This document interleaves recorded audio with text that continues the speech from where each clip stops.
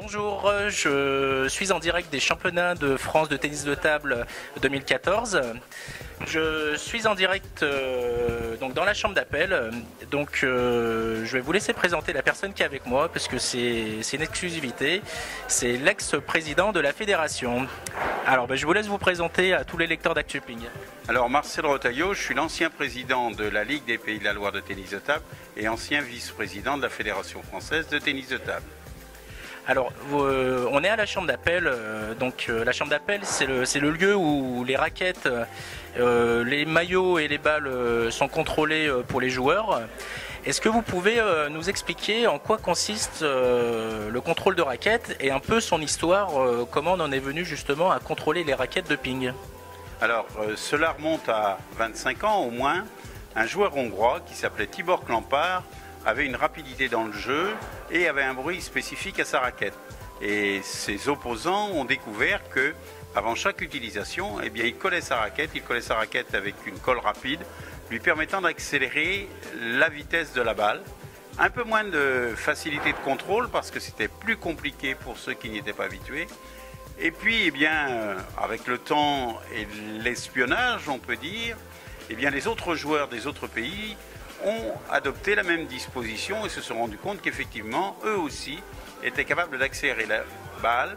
Et ça demandait beaucoup de maîtrise et d'entraînement, mais ça produisait des effets parce que ça se mesurait en centièmes de seconde, bien sûr. Mais l'accélération, comme c'est un sport qui va très vite, faisait parfois la différence.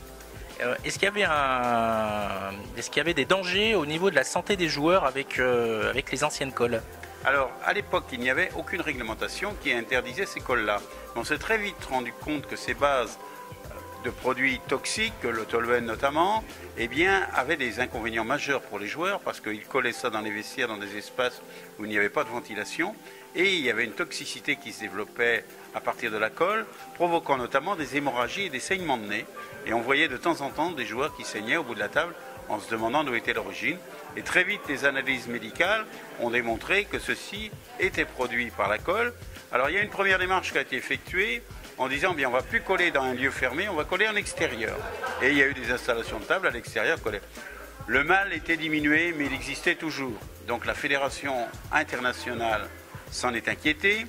Et puis elle a dit on va remédier à cela. Donc il y a eu des tests médicaux. Dans un premier temps, on a dit on interdit les colles dites toxiques, on les remplace par des colles à l'eau.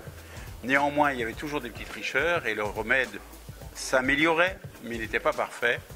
Premier congrès de la Fédération internationale où ce problème a été évoqué, l'ensemble des fédérations internationales, sous la pression de leurs joueurs, ont repoussé cette modification du règlement en disant non, on maintient sur certaines conditions l'usage des colles toxiques.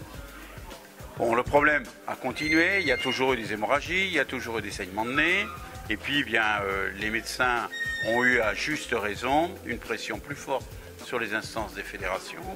Une deuxième fois, le dossier a été présenté, puis là, la Fédération internationale a eu une majorité qui lui a permis d'interdire les colles toxiques. À partir de là, il y a eu des dispositifs en disant on peut coller avec des revêtements, mais une bonne fois pour toutes, il y avait encore des petits tricheurs, et c'est la raison pour laquelle a été institué de manière rigoureuse le contrôle des raquettes qui permettent de déceler s'il y a effectivement des vapeurs toxiques qui seraient négatives pour les joueurs. Depuis quelle année elle a été instaurée cette méthode a été instaurée? Je ne me rappelle plus avec précision, mais il y a une petite dizaine d'années, il y a 7-8 ans, que cette nouvelle règle a été appliquée pour le bien-être des joueurs. D'accord. Merci beaucoup.